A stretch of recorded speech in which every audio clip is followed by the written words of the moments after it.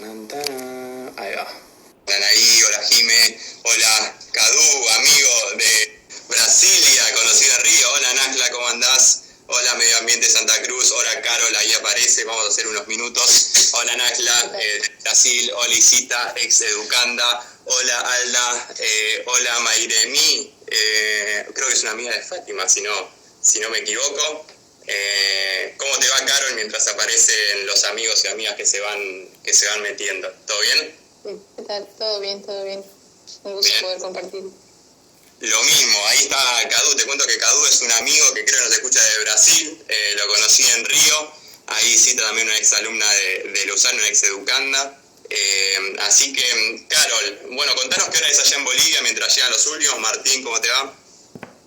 Bueno, estamos alrededor de las 6 de la tarde por aquí, todavía con luz. Bien, acá te Aquí cuento las que... estaciones, claro, es que aquí las estaciones no son tan marcadas como allá. Claro, acá ya hay oscuridad, tengo acá la ayuda de la luz. Un par de veces me dijeron, che, hacelo más en la luz del día porque si no ahí en la oscuridad es medio fiero, pero bueno, nos vamos adaptando. Carol, bueno, vos sos una filósofa, para presentarte acá con la gente de Argentina, filósofa, cruceña, en verdad sos de Cochabamba, pero te mudaste hacia Santa Cruz de la Sierra. Ya en Santa Cruz de la Sierra la gente te conoce muchísimo, yo te escuché en el Parlamento de Mujeres, y tus temas son el enfoque en lo que es la biopolítica, el poder. Sos también yo te llamo una intelectual muy consultada por el movimiento feminista de Santa Cruz. Contanos un poquito cómo es allá en Bolivia. Yo sí estudio filosofía, de ahí a ser filósofo hay una distancia. Por cocinar ideas y darle vuelta a ideas, tal vez. Darse el lujo de dar un espacio para pensar. Creo que es fundamental, no solo actuar, sino también pensar, ¿no? ¿Y de dónde es uno? Un poco de todas partes, pero sí, Santa Cruz me ha alojado los últimos años y ha sido un hogar, ¿no? Bien, bueno, ahí ya tenemos, allá hay bastante gente. El Comi, ¿cómo andás, Comi? Lo saludo, un amigo de fútbol, tuve un pasado de fútbol que en otro momento te contaré. Carol, si te parece, mira, voy a destapar, allá es la Paceña o la Guari, yo acá, porque estamos en Argentina, voy a destapar una Quilmes, bien, así que a ver, la idea... La mía sin marca. Ah, muy bien, así no es por los chivos, muy bien. Entonces, bueno, la idea es ir tomándonos una cervecita. Acá también tengo el horario, así a la hora terminamos. Y es pensar un poco el tema de la realidad, esta complejidad de la pandemia, viendo desde la filosofía, viendo desde las ciencias sociales. En este caso, tocando un tema, bien, que ha generado bastante, te comento acá en Argentina, ha generado bastante interés y bastante comentarios, que bueno, lo sintetizamos en la masturbación, pero te cuento que acá en Argentina el gobierno a través del Ministerio de Salud sugirió el tema del sexo virtual, ¿no? Dado las circunstancias de encierro. Entonces, es pensar un poco en eso. Te cuento, tengo una perrita que se llama Tania, que tal vez en un momento hace ruido, así que te dejo hablando sola y ella ya conoce su lugar de penitencia. Nos siguen saludando amigos, exalumnos, te comento también hay bastante gente de Bolivia. Entonces, la idea es saber, planteo este punto de partida y te voy consultando. Es generar ciertas disputas de las narrativas dominantes, ¿sí? Ese es un primer eje de comienzo, o sea, pensar la realidad desde otro punto de vista. De algún modo vamos a reivindicar la masturbación, vamos a reivindicar la paja, ¿sí? Vamos a ver cómo funciona eso. Y además también ser conscientes de la importancia del placer en nuestros cuerpos, ¿sí? Entonces, te consulto en primer lugar, ¿por qué pensar esta realidad de pandemia, de COVID-19, de coronavirus, desde los cuerpos y desde la biopolítica? Y te pregunto también, ¿qué es la biopolítica? No, partir del encierro, ¿no? Del encierro como materialización de probablemente una circunstancia en la que hemos naturalizado ya el vivir a partir de justamente el orden social que hemos admitido, o político que hemos admitido, y que de alguna forma nos resigna a renunciar a nuestra libertad en función de una falsa sensación de seguridad, ¿no?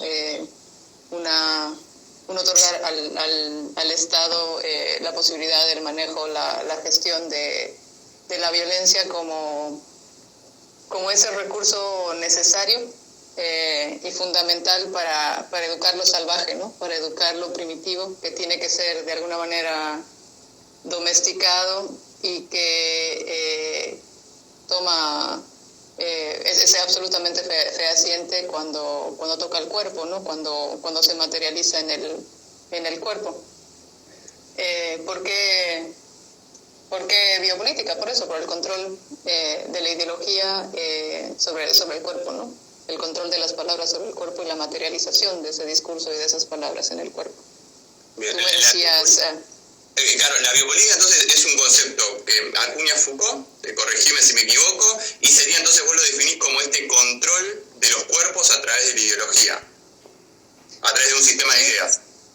A través de un sistema de ideas que se materializan, ¿no? No es solamente un concepto flotante, sino que se materializa, que se traduce en la realidad, tanto a nivel del individuo como a nivel de la sociedad, ¿no? A nivel de disciplina y a nivel de dominación, si tú quieres. Y tú planteabas el partir de la reivindicación de la masturbación, y a mí me parece un lugar fundamental, y como el espacio no es tanto un espacio de intelectualidades y de autores y de teoría pura, sino un espacio para permitirse divagar un poco también entre cervezas. La idea de hablar de la masturbación a partir del reconocimiento de que lo privado es político, de que no solamente lo público es político. Y la dominación del cuerpo empieza ahí, empieza en casa, y empieza en esta frustración, en esta castración de la curiosidad y del ejercicio de la libertad humana y del individuo, y que pasa justamente por esta división, esta ruptura entre el cuerpo y el espíritu, entre el cuerpo y las ideas, entre lo que sería el deseo y la virtud, y las nociones de la culpa y de la vergüenza que conversábamos antes como limitantes, como condicionantes de la posibilidad de la búsqueda y la definición de uno mismo y de la construcción de la identidad de cada uno de nosotros, ¿no? Entonces, un poco hablar de este encierro como la posibilidad de repensar esto que extrapolado, si tú quieres, en la sociedad, pasa por el discurso de un ministro que te dice que como somos tan ignorantes y somos tan indisciplinados, pues entonces tienen que militarizar para poder salvarnos de nosotros mismos, ¿no? Claro, te interrumpo, ¿no? Porque allá en Santa Cruz en este momento están militarizados, están las Fuerzas Armadas en la calle controlando que la gente salga o no salga, ¿no? Es así la situación.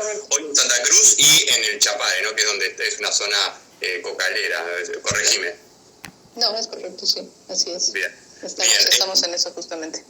Claro, bueno, a ver, te hago varias preguntas, vos comentaste ahí varios puntos, ¿no? Hablaste de dominación, hablaste de renuncia a nuestra libertad, porque lo entendemos entonces como que nosotros por este bien superior estamos renunciando a nuestra libertad, a movernos libremente. Hablaste de la castración, hablaste de la culpa y de la vergüenza, entonces voy a empezar a unir esos conceptos. La biopolítica, un concepto de Foucault, sería el control sobre los cuerpos vivos, a través de un sistema de ideas, ¿bien? Partimos de ese comienzo. O sea que, siguiendo el artículo de Paul Preciado, ¿no? Aprender del virus, en épocas de pandemia ese control político se radicaliza, ¿bien? Y controlándonos individualmente se puede controlar el colectivo. A ver, te tiro esa punta y te doy el pie para que me lo vincules con la culpa, con la vergüenza y la castración. ¿Por qué hablas de castración? A ver, sí, totalmente, ¿no? Volviendo a la idea esta del cuerpo como lo impuro, y este afán de supuestamente encontrar lo virtuoso, encontrar la virtud, mucho más en el caso de las mujeres, y renunciar al deseo, como si el deseo fuera algo pecaminoso, fuera algo cochambroso, fuera algo oscuro. En la sexualidad es donde tú lo puedes ver, digamos, más de forma evidente en el tema propio que tú proponías de la masturbación, la negación de este posible desarrollo integral del individuo y del ser humano, de poder explorarse a sí mismo y a partir de esa exploración determinar qué necesidades tiene y al mismo tiempo determinar en qué forma desea satisfacer esas necesidades. A partir de la conciencia, de la reflexión, aunque parezca absurdo porque se supone que de un instinto estamos hablando, el reconocer también el potencial y la necesidad del deseo como motivación y como fuerza de acción y de transformación de la realidad. Si tú desde el inicio, desde ese ejercicio, esa libertad que deberías tener de poder encontrarte a ti mismo, de explorar tu propio cuerpo, de determinar tus necesidades y al mismo tiempo satisfacerlas, y encontrar las formas de poder satisfacerlas, también condicionas o también tú regulas la posibilidad de encontrarte con los otros, la posibilidad de entablar una relación de una forma o de otra manera.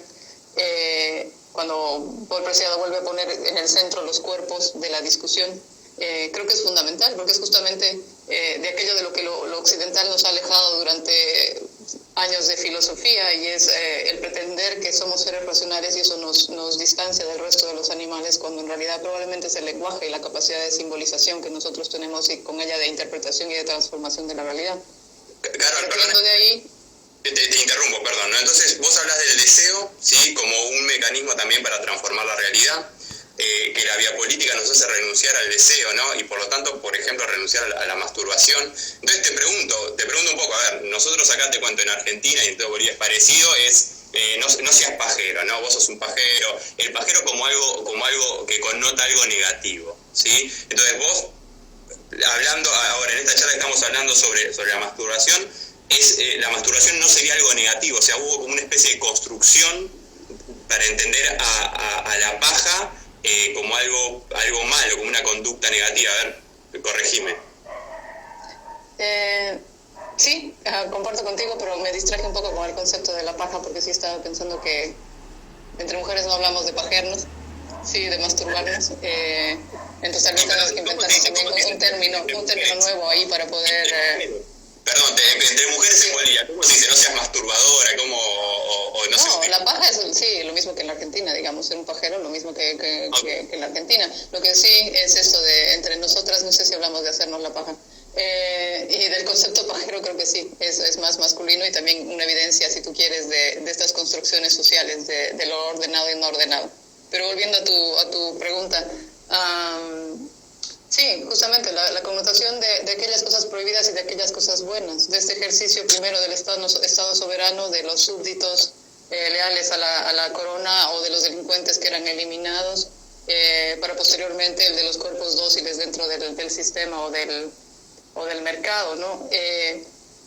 Un poco asociando la paja con el ocio y con la posibilidad también de la conciencia y de la posibilidad de pensar, ¿no? Ya desde el siglo XII más o menos, o un poco después, hay este afán de tratar de convencernos de que somos seres actores puramente, y que la acción es lo que nos mueve y lo que nos motiva y lo que transforma y lo que nos realiza, divorciándonos por completo de la posibilidad esa, de la generación de ideas, de la generación de pensamiento, y no solo de pensamiento, sino de debate, de encuentro con los otros. Pero para encontrarte con los otros también tienes que tomar tú una postura, ¿no? Entonces este ejercicio de convencerte de que pensar está mal, ¿no? Del ocio como algo negativo, y de la masturbación en el sentido también de la autoexploración y de la atención a la curiosidad y a la libertad de poder encontrar tú lo que eres y lo que es la realidad, y de satisfacerte como ser integral y no solamente como ser biológico, ¿no? Y desde ahí pues todo en la naturaleza y en la realidad, digamos. Ahora... Te hago una pregunta, perdón que te interrumpo, ¿no? Estamos en condiciones de encierro, entonces podemos pensar más. A su vez, la masturbación es un momento de ocio, y también es un momento en el cual podemos, más allá de autosatisfacernos, podemos pensar. En primer lugar, ¿por qué crees que se ha generado en Argentina este debate, este comentario acerca de la paja, si sería algo natural, ¿no? ¿Por qué podemos...? Bueno, si en la masturbación podemos pensar, no sé exactamente si nos da para pensar, pero por lo menos sí te da para encontrarte y reconocer qué va bien o qué no contigo, ¿no?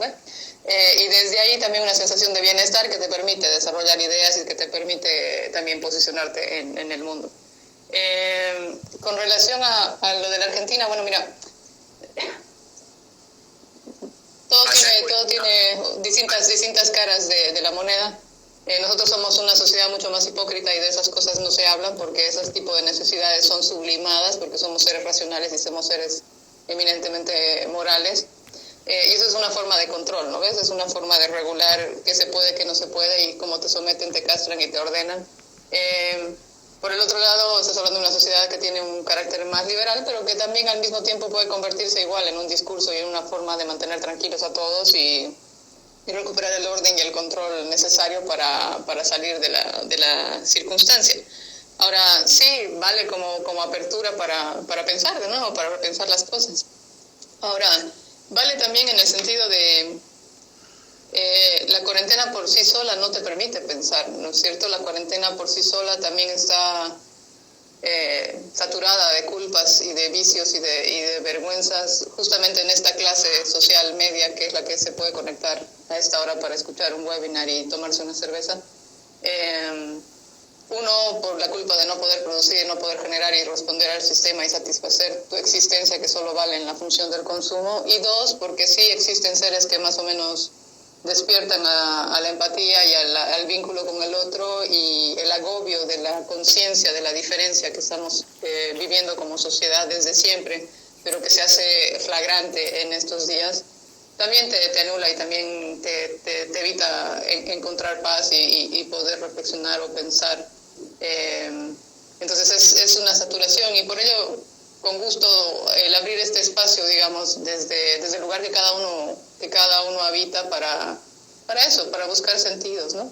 Bien, hablas de la masturbación como una necesidad sublimada, una cuestión biopolítica acerca de qué se puede y qué no. Hablaste de una sociedad hipócrita, bien, hablaste de las culpas, los vicios. O sea que todos y todas y todes nos hacemos la paja, pero está visto mal socialmente, ¿no? En tu caso, vos también sos profesora. A mí una de las vergüenzas que me daba, te confieso, es que mis educandos y educandes me vieran como un pajero hablando de esto. Entonces, es algo natural, es algo que hace todo el mundo, pero que hubo una construcción simbólica a lo largo del tiempo, no sé por qué, que hace ver esto como algo negativo.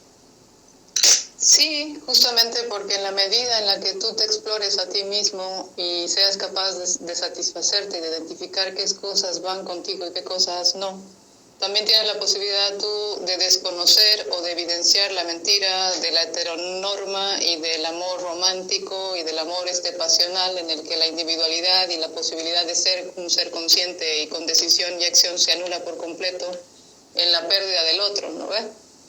Que es un discurso que nos maneja a diestra y siniestra y que también está directamente relacionado con un discurso religioso y también del orden del mercado. Entonces sí, obviamente ese ejercicio está vetado y distorsiona y deriva en la frustración, en este orden asquerosamente patriarcal y también en las violencias sexuales y sociales de las que somos testigos todos los días, ¿no? Hablaste de heteronorma. ¿Qué es la heteronorma? Convencernos de que la verdad y la norma y la vara de medida de las relaciones humanas se fundan en la relación heterosexual entre hombre y mujer y que el orden establecido es esencialmente ese en el que cada uno de nosotros tiene roles asignados para poder alcanzar el estatus que la sociedad te otorga como buena mujer o como buen varón, ¿no? Negando la posibilidad de la atracción sexual diversa y además la definición biologicista de la sexualidad humana como el sexo con el que tú naciste y punto. Bien, o sea que hubo también dentro de esta biopolítica una construcción a través de los siglos, no sabría cuándo se inicia, en la cual lo normal, ¿sí? Lo común, lo natural es la heterosexualidad, ocultando o, no sé cómo sería, volviendo de modo peyorativo, no sé, otro tipo de, hoy creo que se denomina disidencias sexuales, algo así sería, corregime. Sí, totalmente, y además esta perpetuación de la supuesta dependencia del alma gemela con que tienes que unirte, aunque la relación sea una basura hasta la muerte, porque así un ser divino lo dispuso. Mira, ahorita está al alcance de todos Calibán y la bruja de la Silvia Federici. La versión boliviana ha sido liberada ayer o anteayer. Creo que es una obra que vale la pena leer. Ahí en la explicación del papel de las brujas y de la persecución a las beguinas y demás a partir del siglo XII, es bastante ilustrativa de lo que históricamente, económicamente y políticamente pasaba para la imposición de este tipo de discurso, ¿no? Que creo que de verdad vale la pena darle una mirada. Bien. Venimos a hablar de la masturbación, a mí me hablas también de la frustración, me hablaste en un momento del sistema económico. ¿Qué tendría que ver la sistema? Ahí me pregunta una gran amiga, ¿cuál obra es Calibán y la bruja de la Silvia Frederici, verdad? Vamos a igual compartir una pantalla con el link para que se lo puedan descargar bien Claro. los amigos y amigas. ¿Qué tiene que ver la frustración con el sistema económico? Judith Butler propone que el capitalismo tiene límites. ¿Qué tiene que ver esto con la masturbación, con la paja, con el placer? Te bombardeo así, Tiene que ver con la castración, tiene que ver con el hacerte sentir un ser obsoleto, incapaz de encontrar sentido en la vida, y tiene que ver con el convencerte de la negación del otro como distinto en una especie de fusión en la que se encuentra un ser único a partir de la unión entre hombre y mujer que se amarán hasta el fin de sus días, que son todas figuras alienantes de lo que eres como individuo y que te someten y te hacen un cuerpo dócil a un sistema que se alimenta de tu frustración y que te convence de que la única forma de ser feliz es consumiendo y siendo un ser absolutamente activo, ¿no? En ese sentido, si me lo permites, y si lo permite la gente, porque estamos entre cervezas, me gustaría pensar en la masturbación como en el arte. No necesitamos solo acción para transformar el mundo, necesitamos también ideas, y este mundo nos convence de que solo tenemos que actuar y tenemos que dejar de pensar. Y creo que los artistas son los que se han permitido el lujo de hacer un quiebre de cintura y hacer una masturbación en la posibilidad y en el encuentro de la grieta y del dislocamiento del pinche sistema, ¿no? En la libertad de poder explorar esas necesidades y en poder satisfacer también esta esencia humana que está guiada, que está movida, que está llena de vida a través del deseo, y que tal vez por eso también el arte ha sido siempre un punto de fuga y punta de lanza en las transformaciones sociales, ¿no? Tal vez no todo está perdido a partir de este ejercicio masturbante en las artes. Paréntesis, me vino así entre la cerveza, perdón. No, está muy bien. Yo estoy aflojando un poco porque si no ya veo que me voy a ir de boca, pero estoy pensando que todos somos un poco artistas entonces. Ojalá nos diéramos el chance de sí poder serlo y de tener esa curiosidad y esa necesidad de entrar en sintonía con los sentidos. ¿No ves que otra vez es cuerpo? Bien. Reconocer que somos estéticos y que esa estética también es una ética, ¿no? Y que esa ética tiene una derivación y tiene una acción directa sobre la política y sobre la construcción de la realidad. Bien, ahí me hablas de ética. Dame un segundo. Nos hicieron una pregunta, te cuento, mientras ahí justo estabas pensando y no sé si la viste. Vos hablaste al principio que la paja está más asociado a como que los hombres decimos de la paja, de ser pajero, etcétera. Entonces me hago dos preguntas. En primer lugar, sí, pensando que los hombres usamos más la paja, si no hay también una construcción patriarcal sobre la masturbación y el autoplacer. Y ahí lo uno con una pregunta que hicieron recién, que no vi quién la hizo, pero ¿por qué plantea la masturbación femenina está asociada al consuelo? ¿Por qué la cultura occidental unió la masturbación femenina con el consuelo? O al menos cómo se hizo, ¿sí? Ahí nos saludan también desde Brasil, te cuento, así que te planteo esa pregunta. ¿Me repites la pregunta? Perdón. Si hay una construcción patriarcal sobre la paja, como que el hombre se puede pajear, masturbar y la mujer no. Y en segundo lugar preguntan cómo la cultura occidental unió la masturbación femenina con el consuelo, ¿sí? No sé si el consuelo tendrá que ver también con la soledad, habrá querido señalar, no lo sé. Ajá. Bueno, a ver, de hecho, quienes vivimos en el mundo occidentalizado y que tenemos la herencia judeocristiana que tenemos generaciones de peso detrás de la supuesta inexistencia del deseo sexual femenino y como dice Baby ahí, quienes se animaban a hacerlo eran histéricas absolutas, ¿no es cierto? Solo los hombres se masturban, ¿no?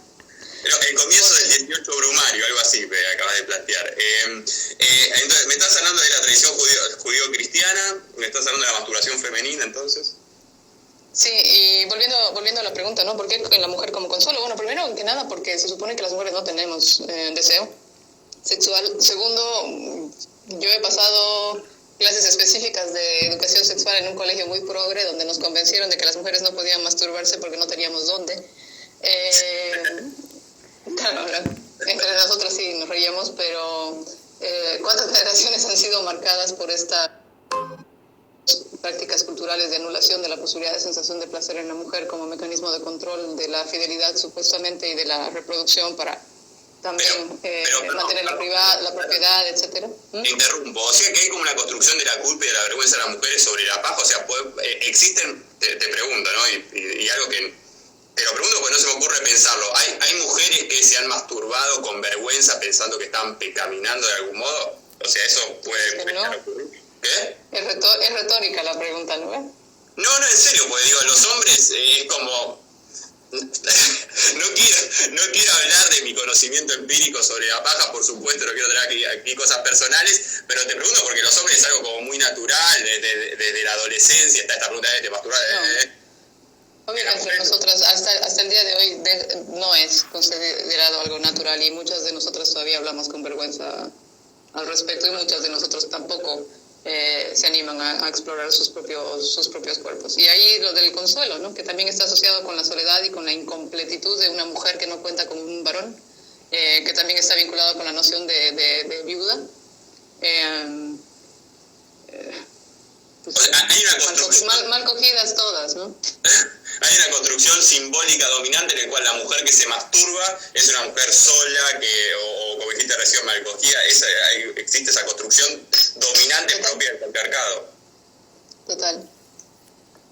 Bien. Bueno, me dejaste sin preguntas. A ver, hablaste también ahí de la ética. ¿Por qué metes acá la ética? Te pregunto, ¿qué es la ética? ¿Qué entienden ustedes en la filosofía sobre la ética? La ética es el sustento de ideas que respalda una noción de bien. Todos los seres humanos... El sustento, las ideas que marcan qué está bien y qué está mal. ¿Qué está bien y qué está mal? ¿No ves? Tienes una ética deontológica que cree que el deber es lo correcto, tienes una eudaimónica que cree que la felicidad es lo correcto, tienes una hedonista que cree que el placer es lo que hace bien y la huida del dolor al ser humano, tienes una visión más pragmática y así. La ética lo que hace es eso, es fundamental. ¿Cuál es el bien, qué es el bien y qué hace bien al ser humano? Si me preguntas si la masturbación es ética, claro que la masturbación es ética, igual que la masturbación es política. ¿Por qué es ética? Te pregunto, a ver, ¿por qué es ética? No digo que sea algo, a ver, ¿por qué es ética? ¿No? Me decís que la ética es un sistema de ideas que es lo bueno, que marca lo bueno y lo mal, ¿no? Imagino entonces, según tu planteo, que no existen cosas naturalmente buenas o malas, sino que hay una construcción de ideas de fondo. Entonces, ¿por qué la paja, la masturbación es algo ético? Porque si estás hablando del bienestar humano, estás hablando del bien y de la búsqueda de la autorrealización del individuo y de la sociedad alrededor de este individuo, el ejercicio de exploración de las propias necesidades y la satisfacción de estas a través del ser y del ejercicio autónomo del deseo, es eminentemente ético y es eminentemente político. Porque eso define hasta qué punto tienes un grado de autonomía, tienes un grado de definición identitaria, un grado de pertenencia y un grado de aceptación y una forma de relacionarte con las demás personas y con ello construir una comunidad. Ok. La paja sería algo así como el aloe vera, que tiene muchas propiedades, entre ellas la autonomía y la aceptación, algo así. Madre, corregime. A ver, si nos ponemos causalistas, sonamos, porque en el área de las ciencias sociales y de la filosofía no hay blanco y negro y no estamos haciendo silogismos para defender el principio de identidad, ni de causa-efecto aquí, pero porque es mucho más complejo que eso. Somos seres integrales y sí, es un elemento fundamental porque la sexualidad es lo que somos integralmente como individuos, desde el cuerpo biológico hasta las emociones, los miedos, los deseos, etc. Bien. Bien, a ver, ¿qué te parece, qué opinión te merece, si es que te merece una opinión, que desde el gobierno se recomiende el sexo virtual? Bien, sexo virtual, el gobierno utilizó el concepto de sexting, estuve haciendo mi investigación de las ciencias sociales y el periodismo.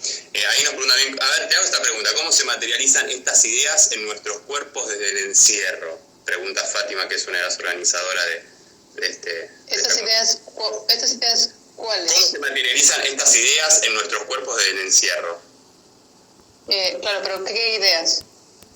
Porque... A ver, ahí, ¿qué ideas? ¿Cuáles ideas? El tema de del reconocimiento, de la autonomía. A ver, bueno, hay una repregunta por parte de Carol. Bueno, es que esas, ideas en general se materializan todo el tiempo en nuestros cuerpos. El terror se materializa en tu cuerpo, la ansiedad se materializa en tu cuerpo. El miedo de no poder pertenecer o no ser reconocido se materializa en el cuerpo. El hecho de tener pánico de estar encerrado al lado de tu agresor se materializa en el cuerpo. El hecho de no tener puntos de escape o de fuga para ir a beber con amigos o amigas, o para irte al gimnasio, o para comprar como punto de desfogue, deriva también en reconocer tu hastío con tu vida cotidiana, deriva en reconocer que no puedes cumplir con el rol de madre ideal y que tus hijos te hastían, y que no puedes cumplir con tu rol ideal de pareja porque no soportas a fulano o fulana a tu lado. El encierro se materializa en el cuerpo todo el tiempo. La falta de placer también se materializa en el cuerpo, entonces. Obviamente. Bien, y eso puede llevar a, no sé, tal vez a frustraciones, a violencia, ¿podría generar eso también dentro del colectivo social? Somos una sociedad eminentemente violenta, a partir del orden ese mismo que hemos establecido, que une a una pareja de forma casi autoritaria y dictatorial, en la que por lo general es uno el que elige en una gran proporción de la población, y no son dos en autonomía y total decisión y acción libre. Se unen en encuentros que son totalmente asimétricos, en encuentros cargados de una violencia espeluznante, en núcleos que son la base de la sociedad, como es la familia, que son unidades eminentemente violentas. No todas las familias son desastrosas, pero la base de esa sociedad es la familia, y si tenemos la sociedad que tenemos es porque también es un reflejo de esa estructura, ¿no ves?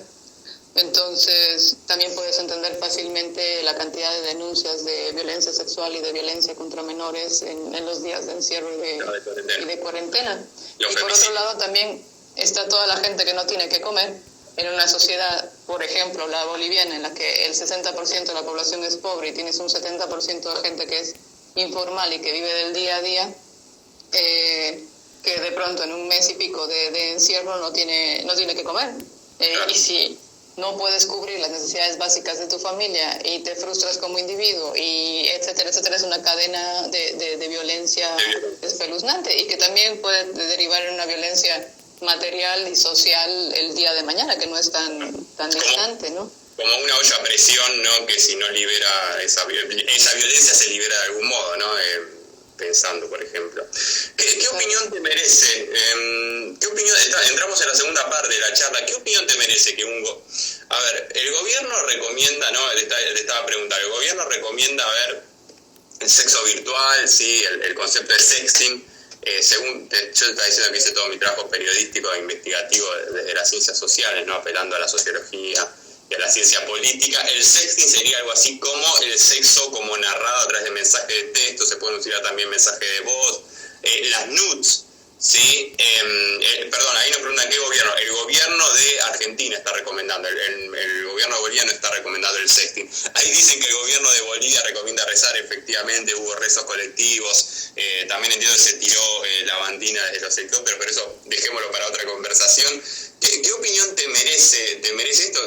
¿Qué te parece también, ¿no? El hecho de las nudes, ¿no? Para quienes no saben, pues, te comento a nuestro público, es muy heterogéneo. Las nudes son fotos de desnudos, ¿sí? Estuve averiguando, y también incluso te comento que acá en Argentina hay como grupos de WhatsApp en el cual se envían nudes y la gente no se conoce y se envían nudes, lo cual me pareció algo interesantísimo, y también me hizo pensar en no sé cómo, voy a usar la palabra desapego, pero no es la palabra desapego, no es la palabra desapego, no voy a usar esa palabra, pero a ver, cómo tal vez los jóvenes y las jóvenes, les jóvenes son mucho más liberales en el momento de mostrar su cuerpo desnudo, cosa que, no sé, yo me imagino enviándole a un grupo de WhatsApp fotos de mías desnudas y digo, no, pero bueno, existe eso. Entonces, te pregunto qué opinión te merece, ¿es un modo de biopolítica también? Primero, es un modo muy astuto de canalizar energía y de canalizar violencia. Segundo, quieras o no, sí es una forma de justificar el distanciamiento social y de justificar medidas totalmente restrictivas y totalitarias por otro lado, ¿no? Das un caramelo por un lado y retienes por otro lado. Pero sí es una forma hábil de canalizar algo que no puedes negar y que es esencial a los seres humanos y que es parte fundacional de nuestra estructura. Con respecto a la pregunta de si vale o no vale, obvio que vale, y como vale toda la creatividad humana que pueda existir para poder ejercer tu sexualidad siempre y cuando sea consensuada y siempre y cuando haya la posibilidad de tomar una decisión sobre tu cuerpo y la autonomía de ese cuerpo. Con relación a los jóvenes de hoy, pues no sé hasta qué punto estamos hablando de mayor grado de libertad o de mayor grado de sometimiento, porque así como el cubrirse es una forma de someter y de sentir vergüenza al exponerse, también es una forma de violencia y una forma de control fuerte, ¿no? En una sociedad que todo el tiempo se exhibe, la exhibición también invisibiliza, ¿no? Te voy a interrumpir. Exponerse es un modo de violencia. ¿Por qué exponerse es un modo de violencia? Es verdad lo que está diciendo, estamos en una sociedad transparente, ¿no?, que se expone constantemente. Sí, de hecho, a ver, estamos teniendo esta charla, ¿no?, públicamente, también sería un modo tal vez de exhibición. Pero ¿por qué exponerse es un modo de violencia? A ver, en la medida en la que estás en una sociedad en la que se te invisibiliza y se te anula por no ser trend topic durante todos los días y en la que tu existencia o tu valor, tu rol, tu estatus está definido por esa exposición, también es una forma de violencia y también es una forma de ordenamiento social. En la medida en la que no es una acción decidida, en la medida en la que no es una acción reflexionada, autónoma, también es una forma de violencia, ¿no? Bien. Ahí es Majo, se me acaba de ir, decía que hablaba de la exposición y la perfección, como si... A ver, eso te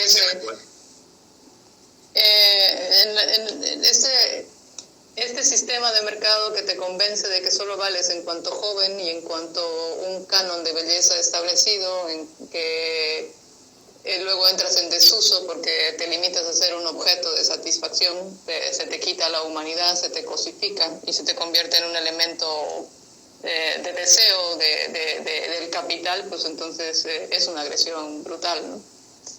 ¿Es una agresión, perdón, contra la persona cosificada o es una agresión sobre, voy a poner entre comillas, o es una agresión también sobre los cuerpos no perfectos para el mercado? ¿O es una agresión para los dos? ¿O? Es una agresión para ambos. Para quien lo logra y para quien no lo tiene. Para quien lo logra y es esclava del sistema para conseguirlo, y para quien no lo tiene y cree que tiene que venderse a lo que sea para poder valer. ¿Y qué modo entonces no ser esclavo de este sistema, no? ¿Cuál sería, entrando como un poco a las conclusiones, una de las cosas que hablamos en el backstage es pensar esto desde lo colectivo, ¿no? Pensar que no nos salvamos solos, pensar que acá nos salvamos entre todos y todas, pensando también hacia el futuro. Digo, bueno, ¿qué nueva sociedad vamos a construir hacia el futuro en este momento de crisis? ¿Cuál podría ser una salida a todo eso? Mientras la escucho a mi perrita estornudar y espero que no venga a ladrar. Bueno, empezar masturbándonos podría estar bien, como ejercicio de verdad autonómico y de autodescubrimiento y de construcción de identidad y de definición clara de qué quieres y de qué no quieres, de qué te gusta y cómo te gusta, y de poder pedirlo y de poder exigirlo y de poder decir que no cuando no y que sí cuando sí, con quien a ti te dé la gana. Ya que la masturbación fue el gatillante de esta conversación, ¿no? Pero más allá, desde evolucionario, podríamos decir. Sí, obviamente que sí. Obviamente que sí. Lo mismo que el amor es un lugar revolucionario. Y el amor solo es posible cuando tú tienes la posibilidad de ser consciente de tu propia existencia, de aceptarte y de reconocer que tú solo no vales un carajo. Y de que necesitas esencialmente de la presencia de otro ser delante tuyo. Por tanto, si no eres comunidad, no eres nada. Y este sistema nos ha convencido a todos y cada uno de nosotros de que tenemos que eliminar la figura del otro porque es complicado, porque nos han convencido de que el placer es sinónimo de simplicidad, de algo fácil, de algo sencillo. Cuando en realidad el placer probablemente y el deseo está en la diferencia y está en el conflicto, está en la posibilidad de descubrirte tú a partir del obstáculo que te pone el otro delante tuyo, ¿no ve? Y esa es la mirada ajena. El ejercicio revolucionario para mí de verdad es el encuentro del amor. Y el encuentro del amor es la empatía absoluta, es darte cuenta que tú solo no eres una mierda. Y que por eso somos la especie que somos y por eso podemos lograr las maravillas que logramos, pero por eso también, por negarlo y por no darle el peso que corresponde y permitir que estructuras de poder religiosas hayan tomado el control de esta palabra y que nos hayan hecho creer que la autonomía y la razón significa renunciar a ello porque se supone que esto es una forma de no ser dogmático, hemos renunciado a lo que es esencial a nosotros mismos.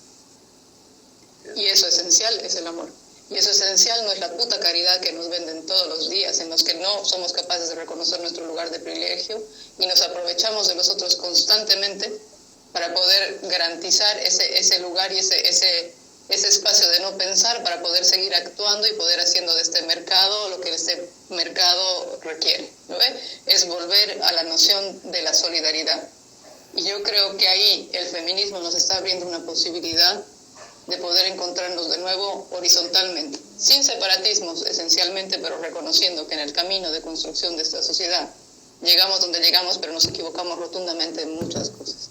Y una de ellas ha sido eso, ha sido el distanciamiento social que hemos generado, ha sido convencernos de que siendo funcionales y castrándonos nosotros y no animándonos a explorarnos a nosotros mismos y a tomar conciencia y decisión sobre nuestra acción, nos hemos olvidado de que somos nosotros.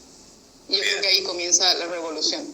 ¿Qué va a pasar mañana? Este sistema de mierda nos va a convencer de que tenemos que consumir más y ya está pasando, ¿no ve? En acciones como tenemos una influencer local que decide sacar una cadena de beneficencia porque está muy bendecida por Dios ella y tiene tanta abundancia que va a compartirlo con el resto de los pobres, pero la condición para compartirlo es que un tercero mencione a otros dos pobres en un concurso de pobreza para que ella luego decida quién de estos pobres más pobres merece su caridad.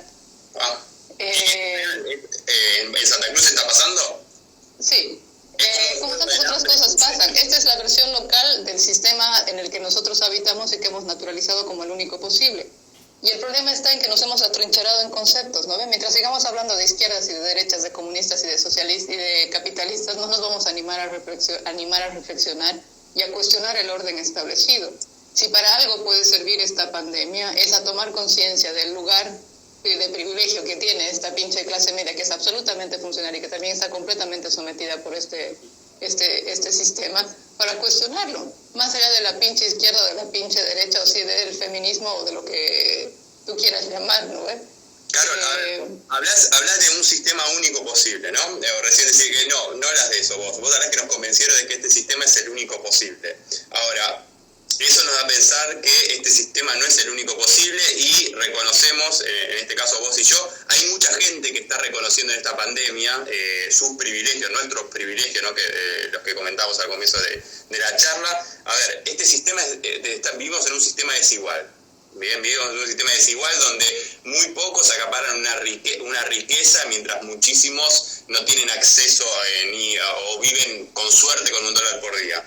Entonces, de algún modo esta pandemia, este virus, ¿nos hace dar cuenta un poco más de eso? No es innegable, ¿no? No es innegable, pero también rediseña un sistema en el que el cuerpo más débil va a ser doblemente sometido, y te lo planteo en el ejemplo de esta influencer que supuestamente va a hacer bien a la humanidad porque es elegida por Dios y está siguiendo el camino de Dios, ¿no? Pero también en la posibilidad y en el encuentro de la solidaridad, y esto parte de reconocer al otro como igual. Y creo que ahí es donde tenemos que apuntar, y creo que ese es el lugar, esa es la trinchera de la transformación o de la próxima revolución. O sea, por mucho que suene a paja mental, hablando de pajeo, en Bolivia se usa paja mental para esto, para este ejercicio de lucubraciones y de soliloquios que no te llevan a ningún lado, pero te llevan al orgasmo, ¿no ve? Entonces algo tiene que valer ese orgasmo, más en las mujeres quienes poseemos un órgano destinado exclusivamente al placer, que dice baby, el clítoris. Me perdí en el clítoris. Estamos hablando, vení muy arriba, por eso no te estoy interrumpiendo. A ver, este es un sistema desigual donde hay cuerpos que sostienen otros cuerpos, ¿sí? Donde muy pocos acaparan muchísima riqueza, donde se están mostrando, bien visibilizando el sistema de privilegios. Entonces me pregunto, ¿esto puede generar un cambio hacia el futuro?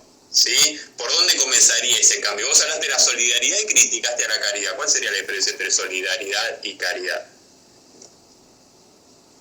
La caridad siempre te pone en condición de privilegio. La caridad siempre te pone en el lugar del elegido frente al desposeído que está en ese lugar porque así lo eligió, porque no escogió el camino de la luz y de la verdad. Regalar un par de zapatillas viejos sería una situación de caridad. A ver, no necesariamente, porque pueden ser las zapatillas que tú tienes y se las das a alguien porque lo consideras igual a ti. Es el lugar donde tú te posicionas para hacer las cosas. Okay. Tampoco vamos a ir en la demagogia, ¿no ves? Pero sí, hay acordé una ex primera dama que comentó por la televisión que regalaba las telas de su empresa para que los pobres puedan coser, entonces me hizo acordar a eso. Sí, no, en realidad eso sí es caridad, y es un lugar completamente equivocado, y que es un lugar en el que el que tiene el poder justifica su lugar por ser elegido, por haber tenido el camino de la luz, de la verdad, ¿no ves?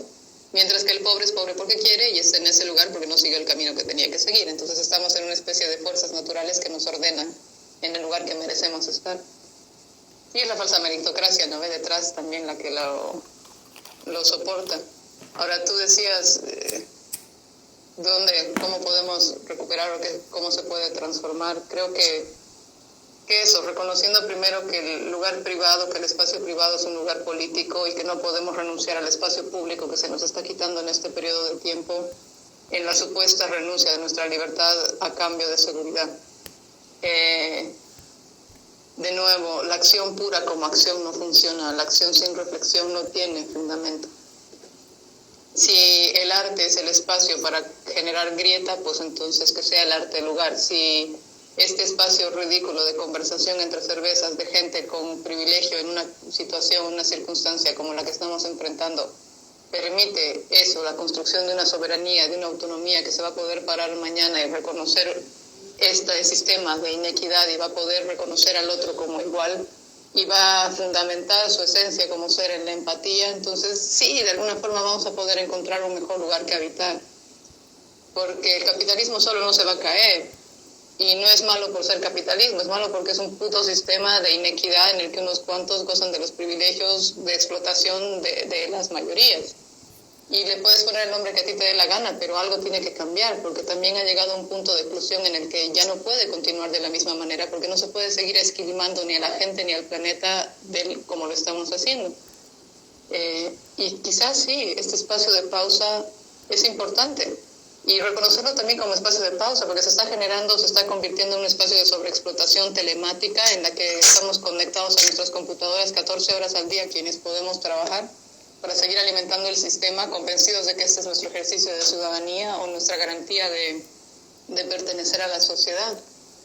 Entonces eso, el parar para reconocer la necesidad, y quizás el otro tiene razón, y la necesidad es lo que nos une. Encontrar en ese lugar la posibilidad de la comunidad, de la sororidad, de la solidaridad, que puede ser utópico, pero son ideologías las que gobiernan, son ideologías las que materializan la realidad, entonces hay que animarse a pensar. Bien. Paul Preciado, vos hablabas recién de un espacio de pausa. Paul Preciado, al final de su artículo, que lo recomendamos, ¿no? Aprender del virus, un artículo publicado en el diario El País, Él hablaba de hacer un gran apagón, hablaba de un, no sé si usa blackout de concepto, o me estoy equivocando, pero hablaba así de un apagón tecnológico. A ver, en lugar de este ser un momento de pausa, de reflexión, estamos siendo sobreexplotados por las tecnologías, lo cual plantea, ¿no? En la sociedad del cansancio, Byung-Chul Han plantea algo parecido. ¿Las tecnologías son un nuevo modo de explotación y de construcción de desigualdad? Absolutamente, ¿no?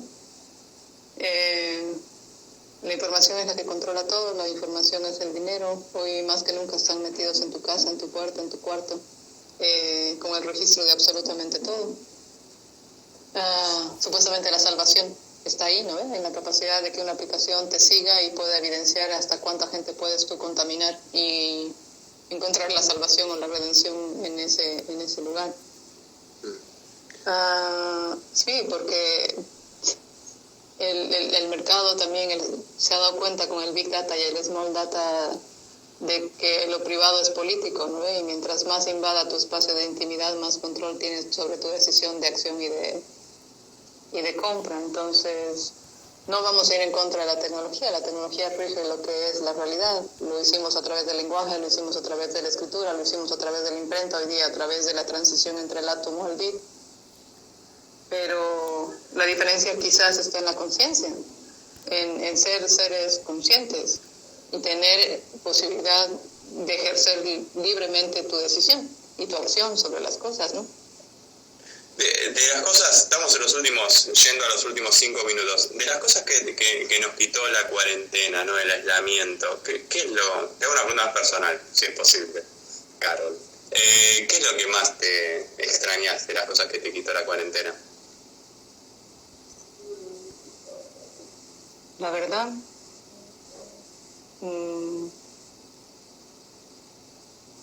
no es algo que se extraña, pero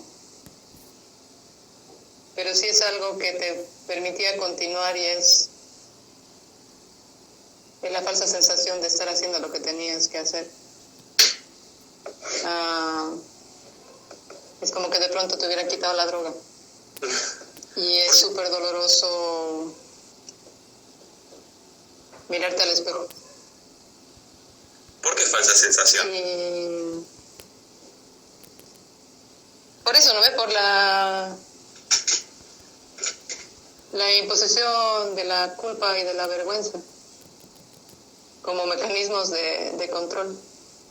Yo ya me puedo masturbar libremente, pero la culpa y la vergüenza me siguen persiguiendo y siguen anulando la posibilidad de la realización, digamos. Eso y la posibilidad del movimiento. Creo que el movimiento es vida y el enclaustramiento es quietud y la quietud asfixia y la quietud es muerte. Movimiento. Podemos estar conectados, podemos hablar lo que tú quieras, pero el cuerpo existe, el cuerpo es material y el cuerpo tiene que moverse y somos cuerpo. Esta no es vida y no podemos permitir que se convierta en la nueva alternativa. Bueno, Carol, ¿llegamos hasta ahí? Llegamos hasta ahí. Te mando un beso grande y te agradezco mucho por el tiempo. Salud. Salud. ¿Para qué vamos a terminarlo? A mí ya se me acabó. Y bueno, vamos a agradecerle a todos, todas y todes por estar ahí del otro lado. Y bueno, nos volveremos a encontrar, compañera. Un gustazo. Un abrazo. Chau. Adiós.